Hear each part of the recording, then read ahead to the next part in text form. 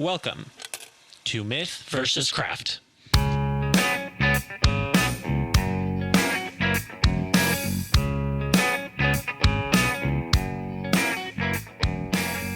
Five years ago, I had the pleasure of seeing Wylie Hubbard open a show for Joe Walsh. It was my first time seeing Ray perform live, and I was unprepared for him to charm the pants off the entire audience. Ray's easygoing nature and dry sense of humor made him a first-rate storyteller.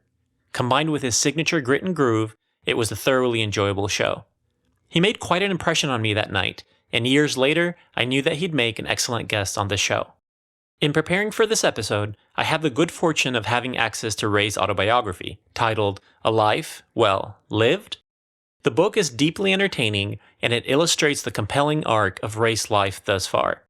In between anecdotes and freeform vignettes, Ray shares remarkable insights into human nature and reveals that he is keenly introspective and profoundly grateful. I hope you enjoy our conversation as much as I did. Ray, it's a pleasure to speak with you. Thank you so much for coming on the show. Well, you're more than welcome. I'm looking forward to it. You were born in Hugo, Oklahoma, and lived there until you were 8 years old. In your memoir, which I finished reading today, you describe your childhood as follows. I had a dog, a BB gun, chickens, mules, tractors, barns, woods, ponds, worms, fishing poles, cousins, firecrackers, stray cats, a storm cellar, kites, funny grandparents, and a mom and dad who adored me. Did music play much of a role in your life while you lived in Hugo?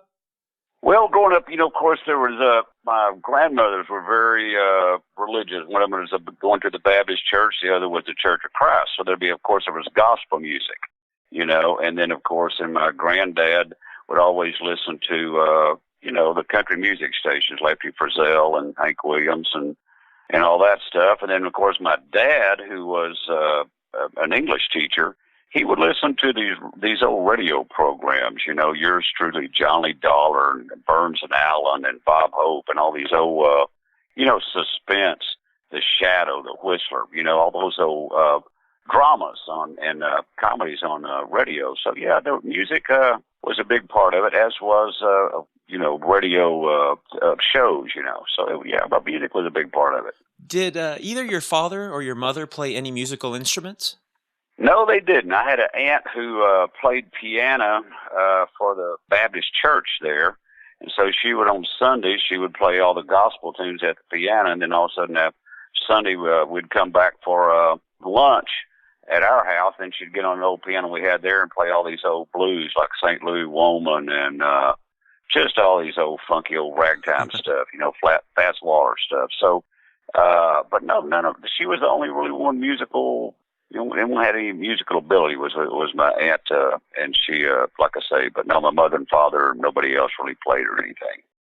You moved to Oak Cliff, Texas at age 8, and I understand that at age 13, you joined your school choir because a girl named Shirley was also in the choir.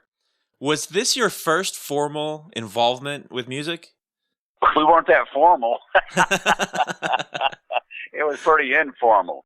But yeah, it was the first time I kind of got up there and actually kind of learned. I really, I guess my voice was changing, so I didn't really sing a lot, But that was, the first time I really kind of got involved in it. Of course, when we moved to Dallas, the radio was very important. KLIF, the radio station, there was playing all this rock and roll, and I was kind of more into the Gene Vincent and the Blue Caps, and more kind of the greasy rock and roll. But yeah, to answer your question, that was the first time I really kind of started to try to sing. I was in the church choir because I had ulterior motives after a while. Your friend Rick Fowler introduced you to the Kingston Trio and Bob Dylan, and later on you discovered Woody Guthrie, Johnny Rogers, and Leadbelly. What was it about their music and lyrics that hooked you? At that time, in high school, I guess I was 17 or 18, somewhere around in there, that the music had gotten kind of bland. Everything was kind of this, it just wasn't really striking. And of course, in the Beatles and Dylan came along, and it was just really something very amazing. It was like music was like magical again. But then you kind of go past Dylan into Leadbelly and Jimmy Rogers, and you find all these folk singers, Paul Siebel and Eric Anderson. And there was something about the lyrics that were just so, they had more depth and weight. I think, than what you would find on like commercial radio. You know what I mean? I mean, Right. these guys were, the lyrics were just powerful and strong. Like I say, had a lot of depth and weight. And I think that's kind of what really attracted me more to the folk music scene rather than, country music or rock and roll. You mentioned watching the Beatles. I imagine it might have been for the first time on the Ed Sullivan Show.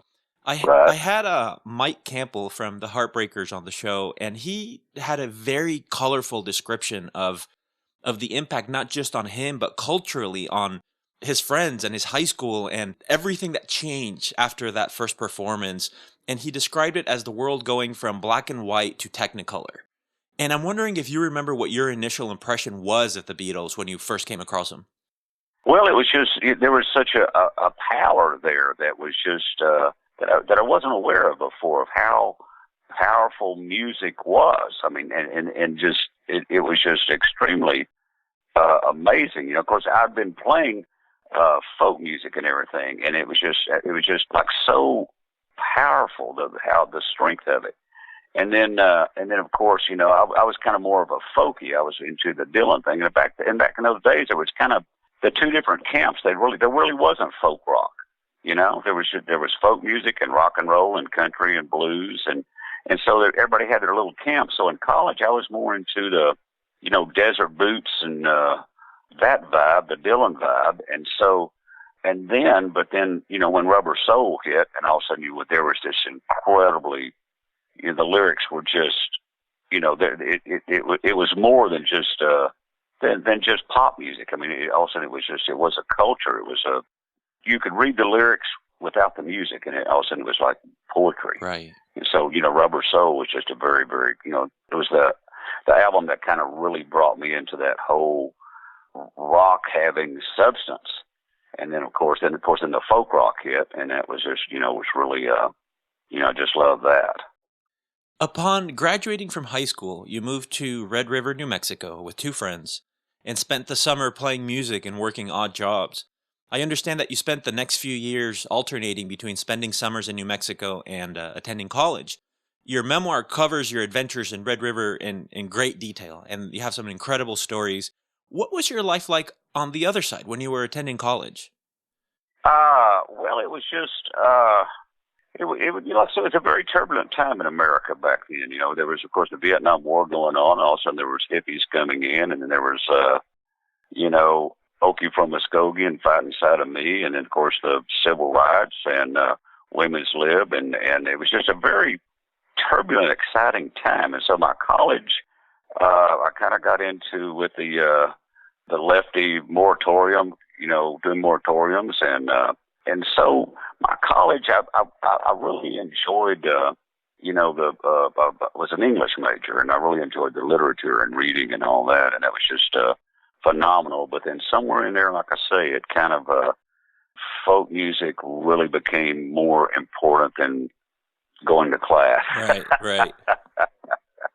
And but like I say, so I went to Arlington State for a while. Then I went up to North Texas, and of course Michael Murphy, who I'd gone to high school with, he'd gone to North Texas. Then he went out to California, and he came back, and he was the guy too that really was very influential over me, because he was writing these incredibly just great songs. 5 O'Clock in the Texas Morning, Drunken Lady, Geronimo's Cadillac Wildfire, just all these great, cool songs. And so I say that was a very, college was very important as kind of giving me a foundation as far as, as songwriters, in folk music. After your time in New Mexico, you eventually made your way to Dallas and met the musicians with whom you would eventually form the Cowboy Twinkies. It seems like it didn't take long before you were introduced to the legendary Jerry Wexler, and shortly after you were at Muscle Shoals getting ready to record an album. You wrote in your memoir that it didn't work out because you weren't ready. What were you yet to learn? Well, Austin at that time, Willie Nelson had moved here, Jerry Jeff had moved here, Murphy was playing here. There was a incredible musical scene. I mean, it was going on. It was just the whole progressive country, cosmic cowboy thing, the long-haired hippie musicians, but wearing boots and cowboy hats. And so we the band the Cowboy Twinkies. We had made a record in Austin, and it was a folk rock record. And then, of course, we went to and we got record offers. I actually got a record offer from Frank Zappa's Discreet label and Warner's, and everybody was getting record deals. And we went with Atlantic. Jerry Wexler, he was just really generous. In fact, when we went to New York, we met him, and he gave us his tickets to Springsteen's opening night at the Bottom Line the day that Greetings from Asbury Park came out. So he was just very gracious. But then we went to multiple shows and with Bob Johnson, who had done some brilliant stuff, but for some reason we just really never felt comfortable in that studio working with him. It was just I really wasn't ready to do that. I just really wasn't. Felt like it just didn't work out. And I have a lot of respect for Bob and of course Jerry Wexler, but it was just it was some decisions as far as the music that I just couldn't abide by. Shortly after you got another record deal and re-recorded the album in Nashville, but your label butchered the album and thought that country radio stations wouldn't play the song, so they added backing vocals and overdubs. You described this as a crushing experience. How did you cope with it? Well, I called up my lawyer and I said, what can I do about this? They'd put girl singers and steel guitars on every track. And I like girl singers, steel guitar, but not on every track. But they were really trying to, because if you listen to it now, there's two records there. There's the record we did and the record that they did to put on it to try to get country radio to play it. And so I called up my friend who was kind of my lawyer who helped me negotiate the contract. And I said, what can I do? And he says, I suggest you start drinking because there's nothing you can do. Wow. So it was just kind of a thing. It really was heartbreaking. We couldn't, we had to kind of wait out that contract. And but we played in Texas. The Cowboy Twinkies, we still had a great following in Texas and Oklahoma. So we still played the clubs, Austin Opera House and Rubaiyat and all these, Whiskey River, all these clubs. So we were like working musicians, but we just never could quite break into the recording part of it, the music business, as far as, Nashville was concerned. In 78, Willie Nelson set up his own label, Lone Star Records, and signed several Texas artists, including you, and you recorded an album for them and went on tour opening for Willie. I understand, however, that your album hadn't come out yet, so you couldn't really sell anything while you were on tour, and the audiences were slow to warm up to you. I've met artists who hate opening for others, and others that relish the challenge of winning over an audience that isn't there to see you. How do you feel about it now? Would you feel comfortable opening for someone if it was the right artist? Oh, yeah. I've opened for everybody from Joe Walsh to, I can't remember who all right now, but yeah, it's really a lot of fun, and like I say, I feel like right now I have a pretty good arsenal, of songs that I can pull out and kind of, feel like, say, we've opened with Joe Walsh and, of course, Lucinda, and gosh, so I enjoy the opening act thing, like I say, it keeps me on my toes. So yeah, I enjoy it. I mean, I really do. It's a good gig, and you usually get home early. Your father died when you were 38, and you struggled to cope with his death. You describe this period in your life as follows. I was in this make-believe world I had created for myself. It was a dark kingdom where I thought of myself as a Keith Richards cool drug rocker, a Townes Van Zandt tortured songwriter, a Dylan Thomas heartbroken poet. If that was a make-believe world, what was the actual reality? I was just pretty much a blackout drunk, playing, just kind of playing in, playing in honky tonk, doing that deal. And so the reality was, I was pretty miserable. I mean, it was just kind of running with some rough people, and it was dark, and it was very, sad and depressed. But, and so, like I say, I wasn't really writing songs at that time. I was just kind of waking up to, just drink, get messed up. But in my mind, it was, the illusion, the denial of it, I could see myself, and kind of that mythology of, the heartbroken poet, the hard drinker, the Ernest Hemingway, the Edgar Allan Poe, the Hank Williams, the George Jones thing. It's this illusion, this fantasy that I was in, that mythology at the time. And like I say, the reality was I was just kind of stumbling around. I wasn't doing much. I was just dog paddling. My life was just kind of very, dark. A lot of sadness and wasn't happy. In 1987, Stevie Ray Vaughan had been sober for a little over a year, and he told you that when it comes to recovery, there ain't no elevators, you got to take the steps. I read an interview in which you said that Stevie Ray was the first guy I knew who got sober and didn't turn into a square. How important was it to you to find someone who had gotten sober, yet was still fun, creative, and playing better than ever?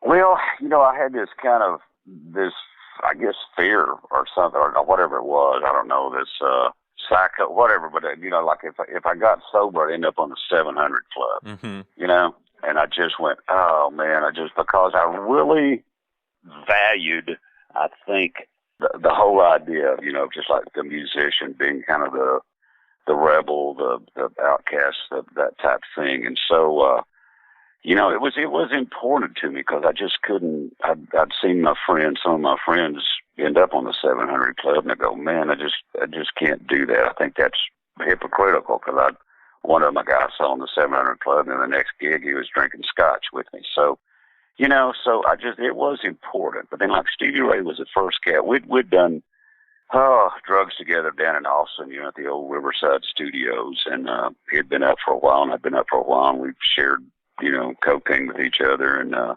so we kind of knew each other that. So when I'd heard that he had gotten, sober and everything, and then I was going through a really kind of a rough time, and if there was somebody else, a girl, mentioned to Stevie Ray, and and so she said, "Well, you want to talk to Stevie Ray about your drinking?" I went, "Yeah, sure."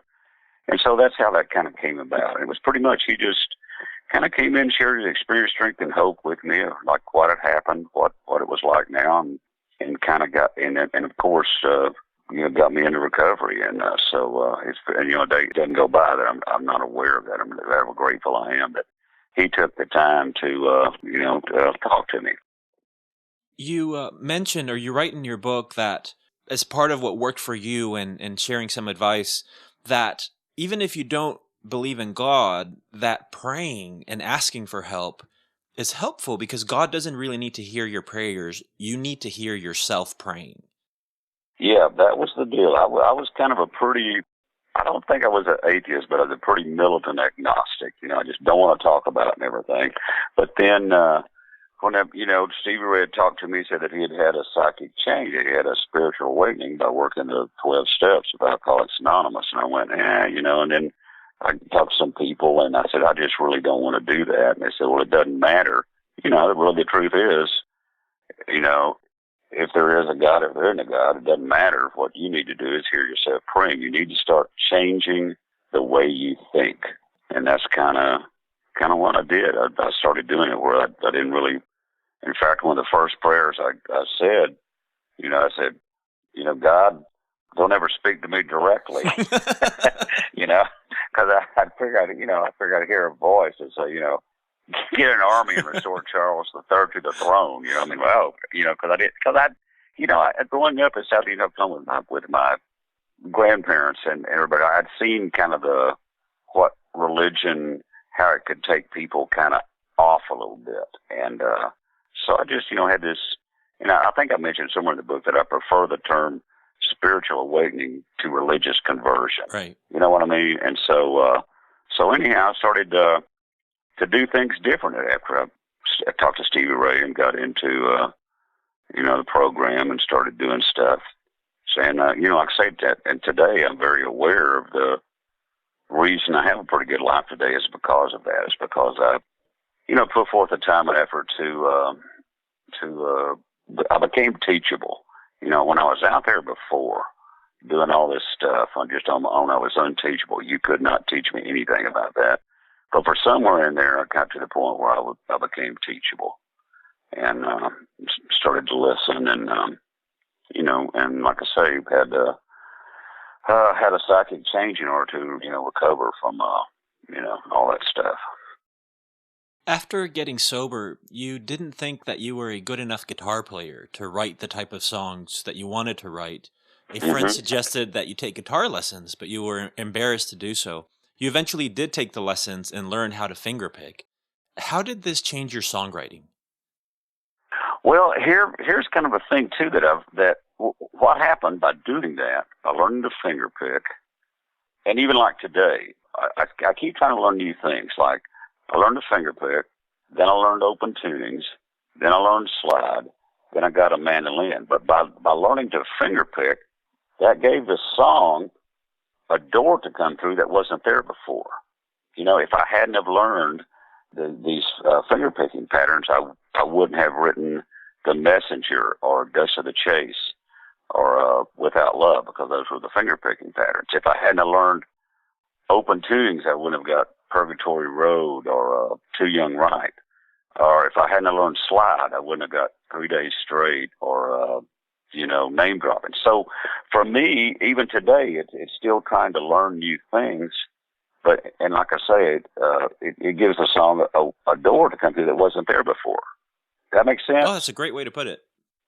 Yeah, it really does. And so the finger picking thing, kind of at that time, I was 42, somewhere around there, 42, and I'd kind of burned all my bridges. I kind of had a reputation just being drinking a lot on stage and playing kind of some really bars, and honky tonks. I'd kind of burned a lot of bridges. I was, like I say, I was 42 and I didn't have a career.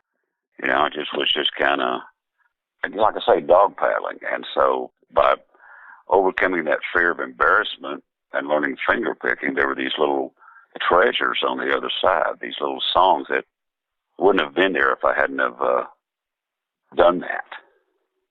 Your book and many of your lyrics mention guitars, amplifiers, musical instruments that are special to you. Would you say that your affection for certain instruments is primarily sonic, emotional, or both? Oh, gosh. That's an incredible question. Repeat it. Now, give me time to think about it. It's somewhere in there. I guess I was 42, 43, and I was still playing this place called Charlie's Airport Lounge. And it was just a full tilt drinking bar, open at 7 in the morning, and we'd kind of alternate sets with the lingerie show, and it was just a really depressing gig, but I was sober. But like one night, I just kind of went back, and I just kind of did this prayer meditation thing. And I just kind of I said, okay, I'm not going to compromise my writing, and I'm not going to write songs to think about the future of what I'm writing. I'm not going to write a song to get a publishing deal. I'm not going to write songs to get Tim McGraw or Garth Brooks to cut them. I'm just going to write the songs that I feel like I should write. And so I usually write about things that I kind of know about. And I've mentioned this, but I'm at a really good position. I can't recommend this for everybody, but I sleep with the president of my record label, which isn't Clive Davis. That's my wife, Judy. So she says, you write about whatever you want to write about and make the record that you want to make, and I'll try to sell the damn things. So that gives me an incredible freedom for a writer to write about guitars, to write about amplifiers, to write about a song about Charlie Musselwhite, to write about a gold top Les Paul and a stripper. So to answer your question, these guitars that I have, I'm very emotional about them. I've got some funky old guitars that I wouldn't take $10,000 for this guitar. I paid $800 for. And I found a $100 neck, and I put them together, and so it's just gnarly and ugly, but God, I just love it to death.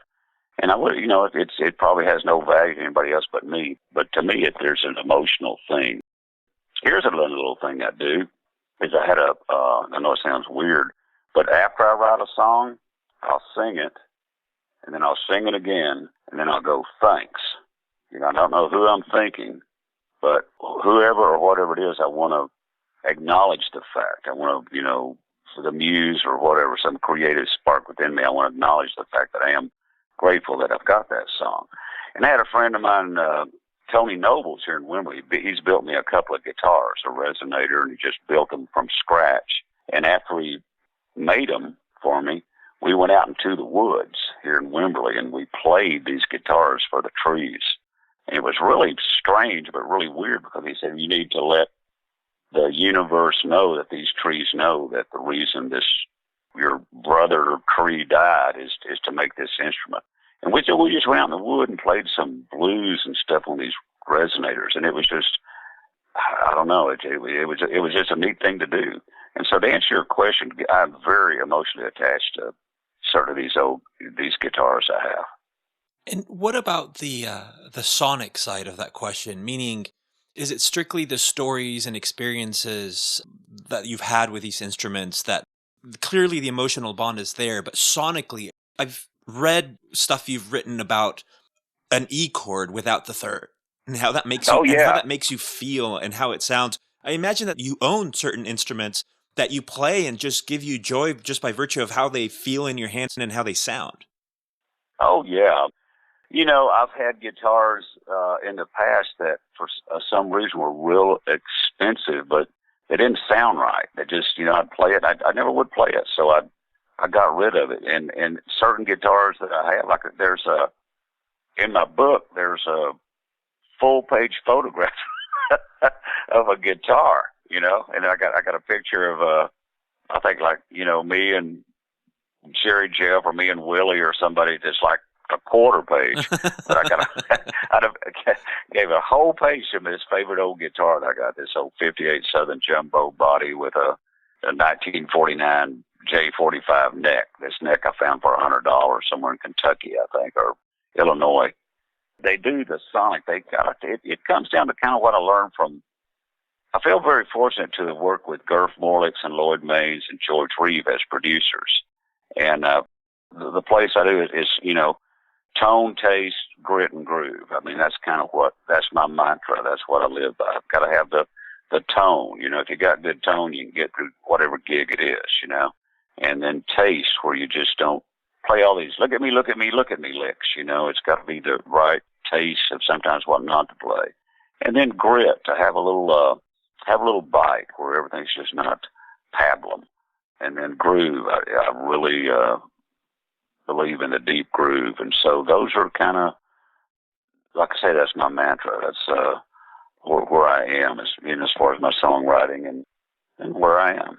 As a sidebar, I first saw you perform in Austin at Bass Concert Hall when you were playing with Joe Walsh and Kenny Wayne Shepherd. Oh yeah, and it was a fantastic show. And when I started producing the show, a few episodes in, I started thinking it would be fantastic to speak with you because you're such a gifted storyteller.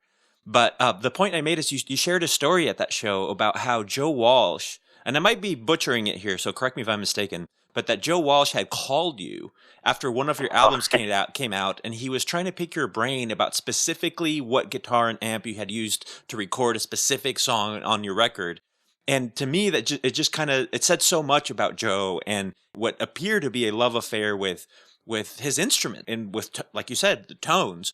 And I'm wondering if that is Joe, if that's the impression I got was correct.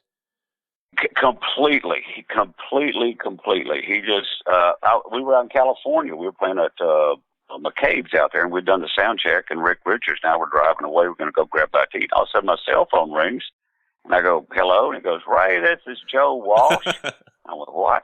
He goes, yeah, Joe Walsh. He said, Brett Carpenter gave me your phone number. So went, wait. Oh, So okay. he didn't even know you at the time? No. And so he said, I'm in Boston at a baseball field playing with my band up here, the Eagles.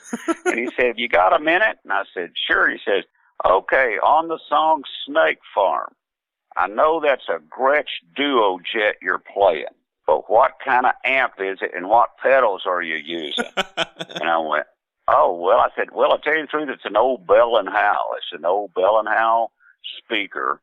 And my friend Tony, no, we put a Stromberg Carlson amp in it, and it's just nasty and rude. And I said, I don't think we used any pedals at all except for an Alan Durham Charlie Sexton sex drive pedal. And I said, that's the only pedal I use. He goes, that's it, huh? And I said, yeah, it's just I knew it was a duo jet, but I just wasn't sure of the amp or the pedals. And I go, oh, he said, well, I wish I could come see you tonight, but I'm up here in Boston. Thank you. And I went, well, thank you. And, hung up. And Rick said, who was that? I went, man, it's Joe Walsh or somebody that sounded like him. And it was really weird. And then what happened is I guess about 3 or 4 months later, I get this other phone call. He says, Ray, this is Smokey. And I said, yeah. And he said, I'm a Joe Walsh liaison, I'm a personal assistant, take care of everything. And he said, yeah. And he said, well, Marjorie Bach said that I can't come back to California till I get you and Joe together because he's been playing that Snake Farm record over and over. And the Eagles are playing in Dallas, and we want you to come up. Joe wants to have dinner with you and go to show. Wow. So I said, okay. So I drove up there, went to, I can't remember, the Hotel Four Seasons or something. They had a room for me. I met Joe, and we sat down and talked, guitars and amplifiers, and it was just great. And then the next day, we went to the concert, which is the first time I've ever been in an SUV with a police motorcycle in front of the car. We just sailed right through. And then we went to the concert and went to the sound check. And the sound check was just incredible because they just kind of put me there at the middle soundboard, said, you can hang here. And so it was really cool. So then we went and ate with Joe and the crew and his techs and all that guys. And then went to the concert. And after the concert, Smokey came, got me, said, let's go. And then we jumped in the SUV and hauled ass back. And then the next morning they were leaving. And so I went over to Joe and I said, well, here, I got something for you. He goes, what's that? And I said, well, here's the Bell and Hal amp that I used on Snake Farm. He goes, oh, you can't give me that. And I said, well, to tell you the truth, it's probably going to catch on fire any moment. I said, it does smell a little bit. And I said, don't leave it in the room by itself. And he goes, oh, man, I can't believe, So I gave him the amp. It's just an old, gnarly amp. I got about 3 of them, but that was the one I used on Snake Farm. So that was really cool. Wow. Then, let me tell you this.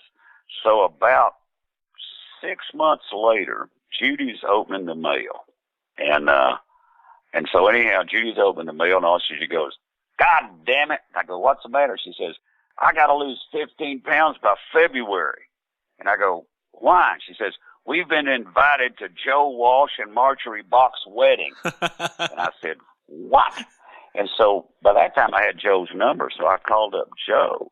And I said, Joe, I just got an invitation to your wedding, and I'm just honored, but I just kind of I don't understand. He said, well, I was staying in Ringo Starr's guest house. And all of a sudden Ringo comes out. He says, Joe, in an English accent, of course, he says, I want you to come hear this record with this guy in Texas. His name's Wylie Hubbard, and he's got this record I want you to hear. So Joe says, so I go in there, and Ringo Starr is playing me Snake Farm. And so at about that time, Barbara Bach and her sister Marjorie walk in. And all of a sudden I look at Marjorie, and she starts dancing, and our eyes hit contact, and lightning that went off away. And Snake Farm is our song, and we want you to be there. Wow. So we flew out there. It was really cool. We went to the some Edison place with everybody. Randolph played, and it was just really cool and everything. And then we went to the Polo Lounge at the Beverly Hills Hotel and for their brunch the next day. And he kind of told the story about, the Snake Farm, that's our, I was really flattered. And it was really cool. Then, what's weird, so we went to see them when they played Austin City Limits.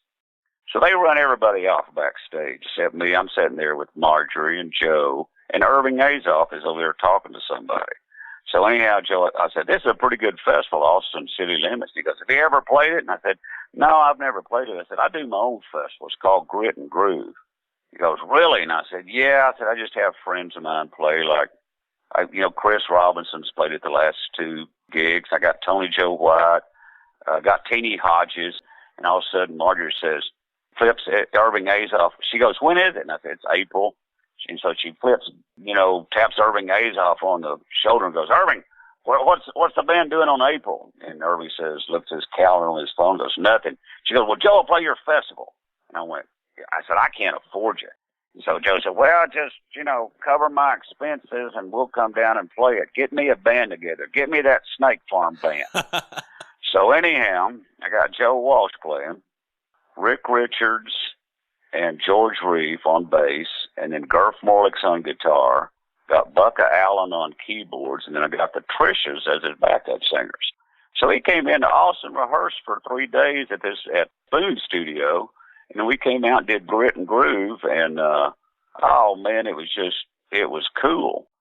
Of course, Tony Joe and Teeny Hodges were great too. And then a little while later, I get this call. Joe called me and says, Ray, I said, yeah. I said, I don't want to steal your band, but I'd sure like to steal your rhythm section for about a year.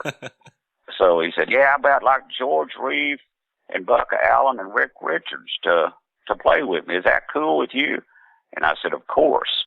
So Rick and George and Bucka went out with Joe for, I guess, about a year. I guess it was about 2 or 3 years ago. And then he flew me out to see him when they played the Troubadour, and it was really cool, man. So, in fact, we're going to see him in May down in Houston. Wow. He's doing that show with Bad Company. They're kind of alternating stuff, so we're going to go down and see him then. Wow, that's fantastic. But yeah, I'm sorry I went on a roll there, but he is such a tone guy. When we did Grit and Groove, he had my friend Tony Nobles as his guitar tech, and he flew. Well, the biggest expense I had, it was getting his gear here. So I said, I can get you a guitar and some amps and everything. He goes, no, I need to sound like I sound. I would disappoint the people if I don't sound like Joe Walsh. So he, shipped, I think, 6 guitars and 2 amps here and everything. But God, they rehearsed, and it sounded great, man. It was just so cool to see George Reeve up there playing the bass lick on Fast Lane. But yeah, to answer your question, he is a tone guy. He just really, loves that. You've performed everywhere from birthday parties to the Texas Redneck Games to David Letterman. I've seen you perform, and either you really enjoy it or you're great at making it look that way. How does performing live make you feel? Oh, it's still a joy. It really is a joy. And now, I got my son playing guitar with me, which is just great because he's on the straight and narrow, and he's just doing great. And then Rick, when he got back, while he was gone that year, I got a young fellow named Kyle Snyder playing drums with me. And then Rick came back, and Rick said, man, he said, I got a chance to go with, oh, gosh, who'd he go with? Commander Cody, Bill Kirchen. So he said, I got a good gig with Bill Kirchen, so you just stay with Kyle. So it's really fun with me. Like last night, I did a private party, thing, which I don't do a lot of those because, I'm not really a party band. But it was a lot of fun. We got up there and the people listened, and it is still a joy. I mean, I really enjoy it. I like that. It's kind of like, of course, somewhere in the book I talk about I wasn't going to write these songs to see what I could get. I was going to see what I could contribute. And so by being on stage, I look out there and I got some goofy stories that I tell them between songs, but I see people smile and people sing along, and whether it's they dance or whatever, that's important to me. So to answer your question, yeah, it's still fun. It's still a joy, We've had a few, rough gigs like the Texas Redneck Games was kind of crazy, but we played. I mean, I had Scrappy Judd and, Darren Hess and George Reeve up there playing with me. So, like I say, if you got good tone, you can get through the gig. You can get through any gig. You know what I mean? Because no matter what's out there, as long as you sound good on stage, then that's what's important. So to answer your question, man, it's still a joy for me. Is there a particular kind of gig that you enjoy the most, be it the type or size of venue, the number of people in the crowd, their enthusiasm? What are the ingredients to the perfect gig? Well, let's see. The thing, you want to go there and make sure everything works and sounds good. That's the thing. And so, in our rider, we make sure that our sound system is top notch where it's good. So we will make sure we got a good sound system. And I feel very fortunate now. Like I say, we're kind of playing places like theaters. Like we just played up in Wisconsin at a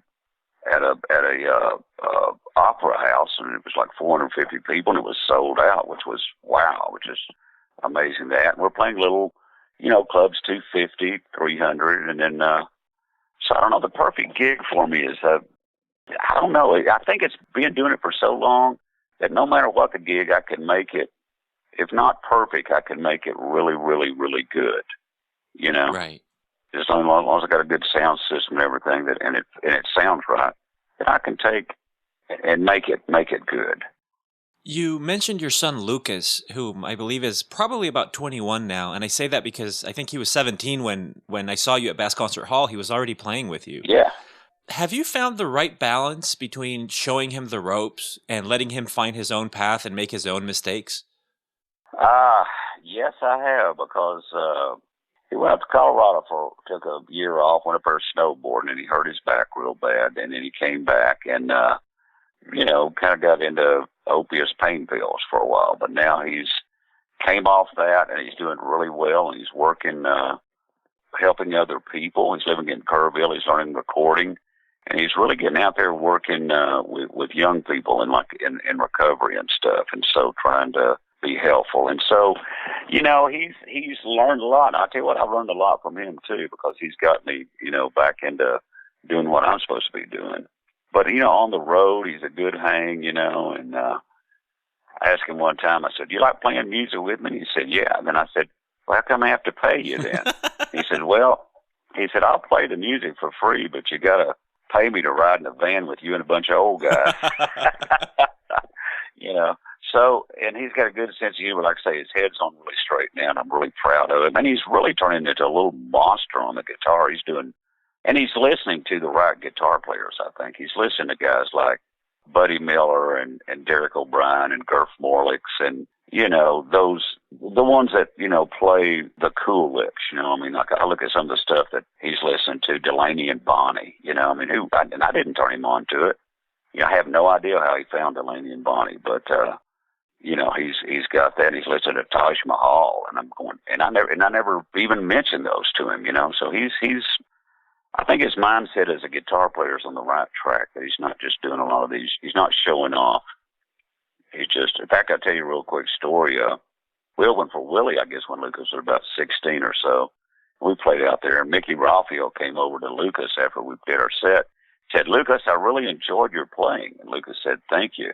And Mickey said, "I'm going to tell you something that Grady Martin, who used to play with Willie, told me 40 years ago." And Lucas said, "What's that?" And he said, "Don't play while the singer's singing."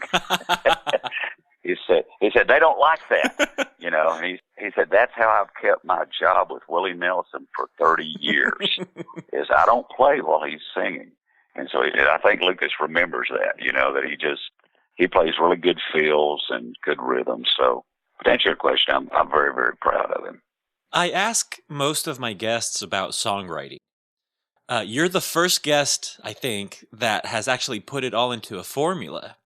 It won't make much sense when I'm saying it out loud, but in writing it makes a lot of sense. It's inspiration plus purpose plus craft times time and effort minus fear and doubt equals prosperous songwriter. I'd like to touch on doubt and purpose for a moment. In describing doubt, you wrote that you like the kind of songwriter who doesn't think about the future of what they write. You also wrote that there is no definitive proof that a song is good or bad. Do you think it's important to just write, and to write often, and to complete songs, even if you're feeling unsure, and eventually, A, you'll get better at it, and B, you might discover that some of the songs you weren't sure about turned out much better than you expected? Yes, you're completely right. The thing about doubt, I think any creative person, you can have these doubts. Like all of a sudden you write a song and you go, all of a sudden your mind will go, well, that's not any good. Well, the thing is, where's the proof? There is no proof that this song isn't any good. I mean, listen to the crap that's on the radio nowadays. You know what I mean? So there's really no proof that this song isn't any good at that point while you're writing it. So don't doubt what you're writing. You know, it's like, I think I mentioned there the quote from Flannery O'Connor: "Never second guess inspiration, but it is okay to rewrite." You know, and not to edit whenever you get the inspiration. You just write and then go back and edit. But to answer your question, the doubt thing is like, well, you know, like, well, I'm not good enough. I don't know if the people, you know, it just, those are just little nibbles that you don't listen to it. The fear and doubt, you move your fear and doubt, and it's unlimited what you can do. I mean, I'm a pretty good example of that. You know, I mean, at 41, I was just pretty much dead in the water. You know, I didn't have a career. And now I'm, you know, I can say I'm writing songs and being able to travel around and play them, which prospers. It really doesn't mean I have a Mercedes in my driveway, but it means I'm able to pay my bills and write songs that I want to write. But the doubt, you know, fear and doubt was, I have to look at it. Sometimes you have to be conscious of it. Like, I don't need to think like that. I don't need to doubt this. I just need to write this song and make it the best I can. Because for a long period of time, you know, doubt will limit you. If you remove your fear and doubt, it's unlimited. You know, you have nothing standing there. I really like your take on the meaning of purpose. And you wrote that the purpose of the universe is to contribute to life. And you can't go wrong if you make it your purpose to also contribute to life. How did you come to this realization? How did you come to think this way? Well, it's kind of like co-creating your life with the creative, hopefully a divine creative spark within you. It's kind of a thing that you look at the history of the deal from man being either a fish or whatever, or was created in six, it doesn't matter.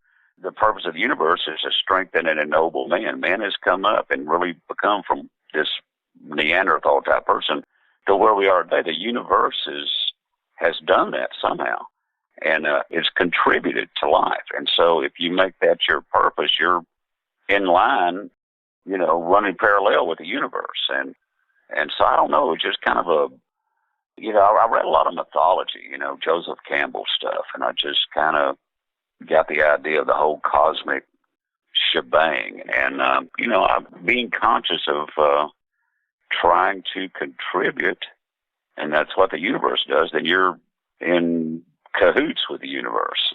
And so, you know, if you have a noble purpose, that's, you know, and you can have any purpose. I mean, if your purpose is to write songs and make a bunch of money and get girls and whatever, that's okay. But if you have a noble purpose, then for me, I'm more at ease with myself rather than just when I'm writing songs to see what I can get, you know.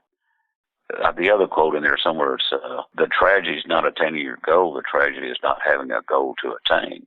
You know, I mentioned the term dog paddling. I mean, for a long period of time, I just dog paddled until I actually I got serious and said, okay, I want to be a prosperous songwriter in order to do what I love and pay my bills. And, like I say, I don't have a Mercedes in my driveway, but I'm really, really grateful where I am today. You also mentioned in the book a couple of times that it can be frustrating to see, and I quote, young dudes who have tour buses, guitar techs, and roadies, all making a bunch of money and getting played all over the radio. Their success is one thing, but the real pisser for me is that they think they're good songwriters. They're not. Does this still bother you every now and then? No, not really. I mean, it's, I've come to, acceptance doesn't mean approval. You know what I mean? I mean, I accept the fact that that's the way it is. I don't really approve of it because I see guys like James McMurtry and Slade Cleaves, and Garth Brooks and Sam Baker and, Kevin Welch, man, just these guys, they're these songwriters, if you cut the words, they bleed. That's how good they are. That's how powerful and just wonderful. And you see McMurtry just slugging his own amp upstairs at the Continental Club, and then, and all of a sudden you go, that's the injustice of it. You see a bunch of these guys just, they're more guitar holders than songwriters, and I can say that because I know real songwriters, we had T.D. Hodges at my show, but somebody came up and says, why is that the little black man singing all these Al Green songs. I go, because he wrote them, you know? he wrote those. And so, you know, and a lot of people that there didn't really know him, but I did, and Chris Robinson did. Man, we just sat there in awe watching this kid. I mean, watching this old guy do it. All the kids didn't really know, but all of a sudden he'd sing these songs. It was so cool. But, you know, I've feel fortunate to have seen Lightning Hopkins and Freddie King and Ernest Tubb and Gary Stewart. I saw those guys, and they were, you know, phenomenal. And then, so a lot of these young guys, I have to compare them to that, you know, and they're not there yet. I mean, there's some really young kids. This young kid, Aaron Lee Tashian, I really love him. I think he's kind of got a Steve Goodman vibe to him. I think he's wonderful. And young kid Jonathan Tyler, he's just old school 60s, you know, rock and roll writer. But, you know, there's a lot of the, you know, the ones you see, I guess, you know, kind of that road country thing where they're, you know, guitar holders and just kind of dance around, that they really aren't songwriters. You know, and I'm okay with that, you know. But when they try to pass themselves off as songwriters, when you go to one of these sites and all of a sudden they, you know, they mention Waylon or Johnny Cash, you go, hey, they have no idea that Johnny wrote I Still Miss Someone, you know? So I put a little dig in there. I figured those guys wouldn't read it anyway. Ray, I thoroughly enjoyed your book, and I can't man. recommend it enough. It's been a real pleasure to speak with you. Thank you so much for your time. Well, you're more than welcome, and you've got the number here, so you're on the permanent guest list. So if you see I'm playing around and you want to come to the show, just give me a call. I'm very much looking forward to seeing you live again. Ray, thank you so much. You bet. Take care.